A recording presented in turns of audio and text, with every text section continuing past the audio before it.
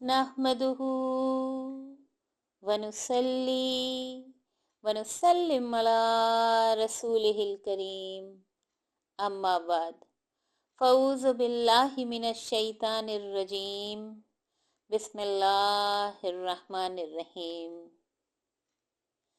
کل سے لیلۃ القدر کی بابرکت راتوں کا آغاز ہو رہا ہے جن میں اللہ سبحانہ وتعالیٰ کے فیصلے اترتے ہیں۔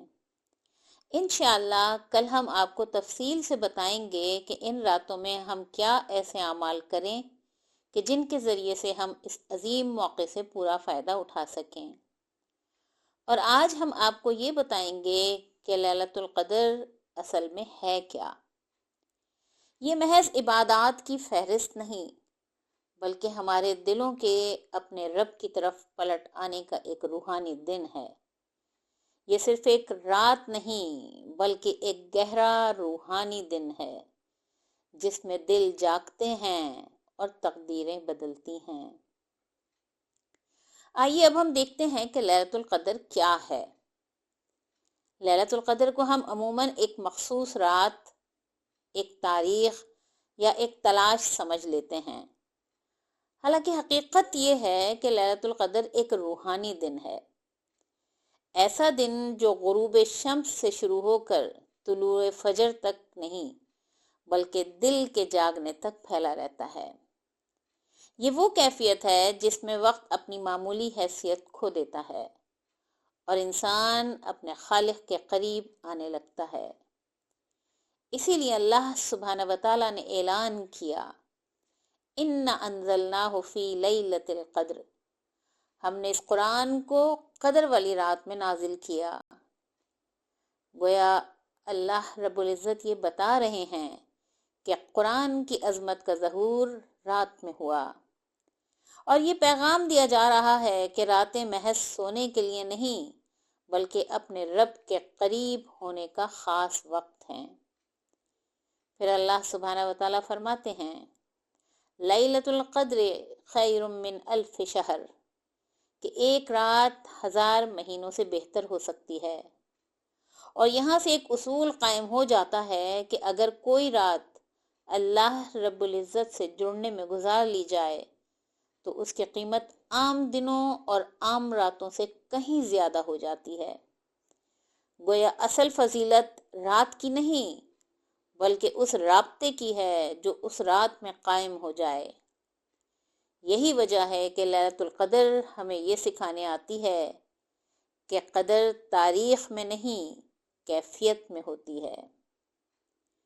اور پھر فرمایا، تنزل الملائکۃ والروح فیہا، کہ اس رات فرشتے اور روح نازل ہوتے ہیں۔ اور اگر ہم احادیث کو سامنے رکھیں تو ہمیں معلوم ہوتا ہے کہ فرشتوں کا نزول صرف ایک ہی رات تک محدود نہیں بلکہ ہر رات کے آخری حصے میں اللہ سبحانہ وتعالی خود آسمان دنیا پر نزول فرماتے ہیں اور پکارتے ہیں، کون ہے جو مجھ سے دعا کرے میں اس کی دعا قبول کروں، کون ہے جو مجھ سے مانگے میں اسے عطا کروں، کون ہے جو مجھ سے مغفرت طلب کرے میں اسے بخش دوں۔ یعنی دعا، سوال اور استغفار، تینوں دروازے ایک ساتھ کھلے ہوئے ہوتے ہیں اور بندے کو اس کے رب خود ان دروازوں کی طرف بلا رہے ہوتے ہیں۔ اسی لیے تہجد میں چند لفظ بھی اگر دل سے نکل جائیں تو وہی بہت ہیں۔ اللہ سبحانہ وتعالی ہمیں اس بلاوے کو سننے اور جواب دینے والوں میں شامل فرما دیں۔ آمین یا رب العالمین۔ گویا سورہ قدر کی روح ہمیں یہ بتا رہی ہے کہ جو کیفیت لیلۃ القدر میں ہوتی ہے اس کا دروازہ ہر رات کھلا رہتا ہے۔ یہاں چند لمحے رک کر سوچنا چاہیے کہ کیا ہم واقعی اس پکار کو سننے کے لیے جاگ رہے ہیں یا صرف ایک مخصوص رات کے انتظار میں ہیں۔ پھر سورہ کہتی ہے، من کل امر، یعنی ہر معاملے کے ساتھ، ہر فیصلے کے ساتھ۔ اور یہ جملہ ہمیں یہ احساس دلاتا ہے کہ فیصلے شور میں نہیں ہوتے، فیصلے خاموشی میں ہوتے ہیں۔ فیصلے دن کی ہلچل میں نہیں بلکہ رات کی تنہائی میں ہوتے ہیں۔ اسی لیے رسول اللہ صلی اللہ علیہ وآلہ وسلم نے رات کے قیام کو صالحین کی عادت قرار دیا ہے، کیونکہ رات دراصل روحانی دن ہے جہاں دل بیدار ہوتا ہے اور تقدیریں لکھی جاتی ہیں، اور بعض اوقات انہی لکھی ہوئی تقدیروں میں خیر، آسانی اور برکت کا اضافہ کر دیا جاتا ہے۔ اور پھر اللہ سبحانہ وتعالی فرماتے ہیں سلام ہی حتی مطلع الفجر، کہ یہ رات فجر کے طلوع تک سراسر سلامتی ہے۔ یعنی رات عبادت کے لیے ہو جائے تو وہ دل کے لیے بھی سلامتی بن جاتی ہے، فکر کے لیے بھی اور گناہوں سے حفاظت کا ذریعہ بھی۔ گویا یہ کوئی وقتی بات نہیں بلکہ ایک دائمی اصول ہے کہ رات کی عبادت انسان کو اندر سے محفوظ کر دیتی ہے۔ یہاں آ کر ہمیں سمجھ آتا ہے کہ سورہ قدر کا پیغام صرف ایک رات کے لیے نہیں بلکہ ہر رات کے لیے ہے۔ یہ سورہ ہمیں بتاتی ہے کہ رات اللہ سے قرب کا موقع ہے، رات دعا کی قبولیت کا وقت ہے، رات دل کی صفائی کا لمحہ ہے، رات تقدیر بدلنے کا دروازہ ہے، رات فرشتوں کے نزول کا وقت ہے۔ اس لیے اگر کوئی بندہ ہر رات اللہ کو تلاش کرنے لگے، ہر رات تھوڑا سا ٹوٹ کر مانگنے لگے، ہر رات خود کو اللہ کے سامنے رکھ دے، تو سورہ قدر اعلان کرتی ہے کہ ایسا ممکن ہی نہیں کہ اللہ نہ ملے۔ اور خاص طور پر وہ اللہ کے بندے جو دن بھر ذمہ داریوں کی وجہ سے تھکن میں گھرے ہوتے ہیں، اگر وہ رات کے کسی حصے میں چند لمحے 2 آنسو ہی اللہ سبحانہ وتعالیٰ کے سامنے بہا دیں تو وہ بھی انشاءاللہ اس قدر والے حصے میں سے اپنا حصہ پا لیں گے۔ اگر لیلۃ القدر اس طرح بتائی جائے تو وہ ایک تاریخ نہیں رہتی، ایک خاص رات نہیں رہتی، بلکہ ایک راستہ بن جاتی ہے، ایک روحانی در بن جاتی ہے جس سے گزر کر انسان وقت سے نکل کر رب کے سامنے کھڑے ہو جاتا ہے۔ اور یہی وہ مقام ہے جہاں ایک رات پوری زندگی پر بھاری ہو جاتی ہے۔ اگر یہ سمجھ آ جائے کہ لیلۃ القدر ایک رات نہیں بلکہ ایک روحانی دن ہے، اور یہ دن دراصل ہر اس رات میں اتر سکتا ہے جس میں دل بیدار ہو جائے، تو پھر سوال پیدا ہوتا ہے کہ ایسی رات میں انسان کرے کیا؟ تو اس کا آغاز کسی عمل سے نہیں بلکہ دل کی صفائی سے شروع ہوتا ہے، کیونکہ جب تک دل بوجھل رہے کوئی عبادت اوپر نہیں جاتی۔ اس لیے سب سے پہلے انسان کو تھوڑی دیر تنہائی میں بیٹھ کر اللہ سبحانہ وتعالیٰ سے سچ بولنا ہوتا ہے، یہ کہنا ہوتا ہے کہ یا اللہ، میں واقعی کمزور ہوں، گناہگار ہوں، غلطیوں سے بھرا ہوا ہوں، مجھے معاف کر دیجئے اور میری تقدیر بہتر کر دیجئے۔ اور جس لمحے دل میں نرمی اترنے لگے، آنکھیں بھیگنے لگیں، وہی لمحہ اس بات کی علامت ہوتا ہے کہ دروازے کھل چکے ہیں۔ اسی نرمی کے بعد توبہ آتی ہے، اور توبہ اس رات کا سب سے ضروری عمل بن جاتی ہے۔ وہ توبہ جو زبان سے کم اور دل سے زیادہ ہو، وہ توبہ جس کے لیے رسول اللہ صلی اللہ علیہ وآلہ وسلم نے بی بی عائشہ رضی اللہ تعالیٰ عنہ کو خاص دعا سکھائی، اللہم انک عفو تحب العفو فاعف عنی۔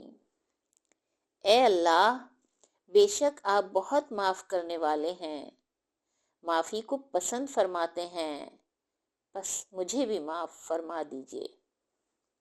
بس یہی چند الفاظ، مگر معنی میں پوری زندگی کی نجات۔ اور جب یہ دعا دل سے نکلتی ہے تو انسان کو محسوس ہوتا ہے کہ بوجھ ہلکا ہو رہا ہے۔ پھر اس کے بعد قرآن آتا ہے، زیادہ نہیں تو تھوڑا، لمبا نہیں تو گہرا، کیونکہ اس رات ایک آیت کو تدبر کے ساتھ پڑھ لینا پوری زندگی پر بھاری ہو سکتا ہے۔ یہ وہ رات ہے جہاں مقدار نہیں کیفیت دیکھی جاتی ہے، جہاں ایک آیت دل میں اتر جائے تو وہ پورے قرآن کا کام کر جاتی ہے۔ اور پھر وہ لمحہ آتا ہے جو لیلۃ القدر کی پہچان ہے، طویل سجدہ، وہ سجدہ جس میں انسان اپنا پورا دل اپنے رب کے سامنے رکھ دیتا ہے اور کہتا ہے کہ یا رب، میں آپ کے بغیر کچھ نہیں، نہ میرا حال ٹھیک ہے نہ میرا دل، آپ ہی اسے بدل دیں۔ اور سجدے کی یہی عاجزی وہ مقام ہے جہاں تقدیر کے برق پلٹتے ہیں۔ اسی سجدے کے اندر انسان اللہ سبحانہ و تعالیٰ سے وہ تبدیلیاں مانگتا ہے جو واقعی زندگی بدلتی ہیں۔ گناہوں سے نفرت، دل کی صفائی، سچی ہدایت، نماز میں لذت، مرنے سے پہلے حقیقت کی سمجھ اور زندگی کے مقصد کی وضاحت، کیونکہ لیلۃ القدر ہمیں دنیا کی سہولتیں نہیں بلکہ دل کی درستگی عطا کرتی ہے۔ اور جب دل نرم ہو جائے تو دعا کا دائرہ خود بخود وسیع ہو جاتا ہے۔ انسان اپنے والدین کو یاد کرتا ہے، اپنی اولاد کو، اپنے مرحومین کو اور پوری امت مسلمہ کو، اور خاص طور پر ماں باپ کے لیے نکلی ہوئی دعا ایسی ہوتی ہے جو کبھی خالی نہیں لوٹتی۔ اسی رات صدقہ بھی معنی اختیار کر لیتا ہے، چاہے تھوڑا ہو، چاہے چند سکے ہی کیوں نہ ہو، لیکن یہ اعلان بن جاتا ہے کہ اے میرے رب، میں آپ کے سامنے، آپ کے راستے میں کچھ دینے کو تیار ہوں، کیونکہ یہ رات دراصل انفاق کی رات بھی ہے۔ پھر درود شریف دل کو سکون میں لپیٹ لیتا ہے اور زبان پر محمد صلی اللہ علیہ وآلہ وسلم کا نام آتے ہی دل کی بے چینی تھمنے لگتی ہے، اور اس کے بعد وہ خاموش ملاقات آتی ہے جس میں الفاظ ختم ہو جاتے ہیں۔ انسان بس چپ بیٹھ کر اپنے رب کو محسوس کرتا ہے، اور یہی وہ لمحے ہوتے ہیں جو ایمان کو دوبارہ زندہ کر دیتے ہیں۔ اسی رات انسان آنے والے سال کے لیے بھی مانگتا ہے، کیونکہ یہ وہ رات ہے جس میں اگلے سال کے رزق، صحت، آسانیوں اور آزمائشوں کے فیصلے لکھے جاتے ہیں۔ اس لیے بندہ بار بار کہتا ہے کہ یا اللہ، آنے والا سال میرے حق میں بہتر لکھ دیجئے۔ اور پھر وہ گناہ یاد آتے ہیں جو چھپے ہوئے تھے، جنہیں صرف بندہ اور اس کے رب جانتے تھے، اور یہی وہ رات ہوتی ہے جب وہ گناہ دھل جاتے ہیں۔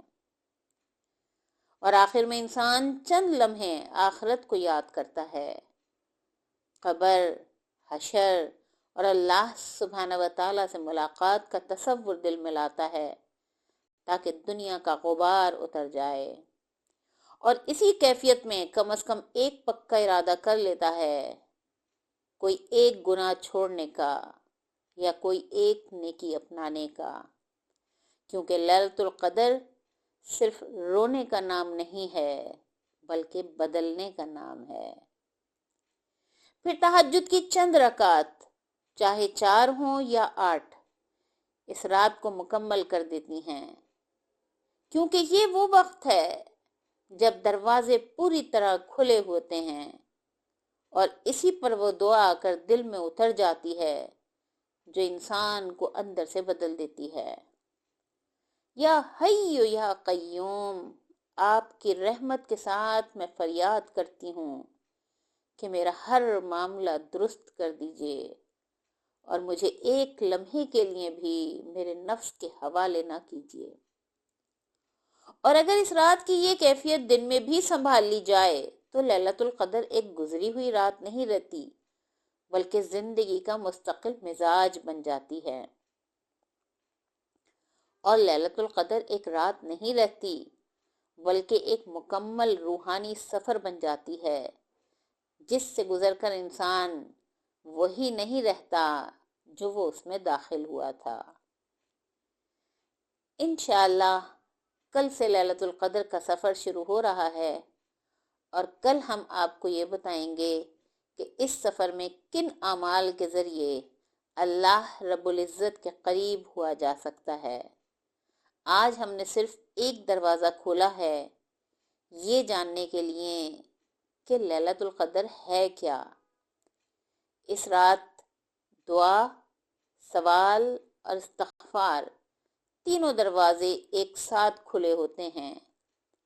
یہ محض صرف ایک عبادت کی رات نہیں بلکہ ایک روحانی دن ہے، جہاں انسان خود کو اللہ سبحانہ و تعالیٰ کے سامنے رکھ دیتا ہے، اور یہ ایک ایسی خاموش ملاقات ہوتی ہے جس میں الفاظ ختم ہو جاتے ہیں۔ انسان بس چپ بیٹھ کر اپنے رب کو محسوس کرتا ہے، اور یہی وہ لمحے ہوتے ہیں جو ایمان کو دوبارہ زندہ کر دیتے ہیں۔ یا اللہ، لیلۃ القدر کی حقیقت ہمیں صحیح طور پر سمجھنے کی توفیق عطا فرما دیجیے۔ اے رات میں روحانی کیفیت پیدا کرنے والے، اس رات کی روحانی کیفیت کو ہماری زندگی کا مستقل حصہ بنا دیجیے۔ یا اللہ، ہمیں ان بندوں میں شامل فرما دیجیے جو آپ کے قربت پا کر بدل جاتے ہیں۔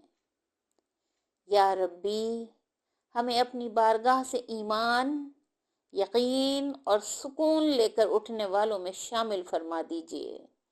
آمین یا رب العالمین۔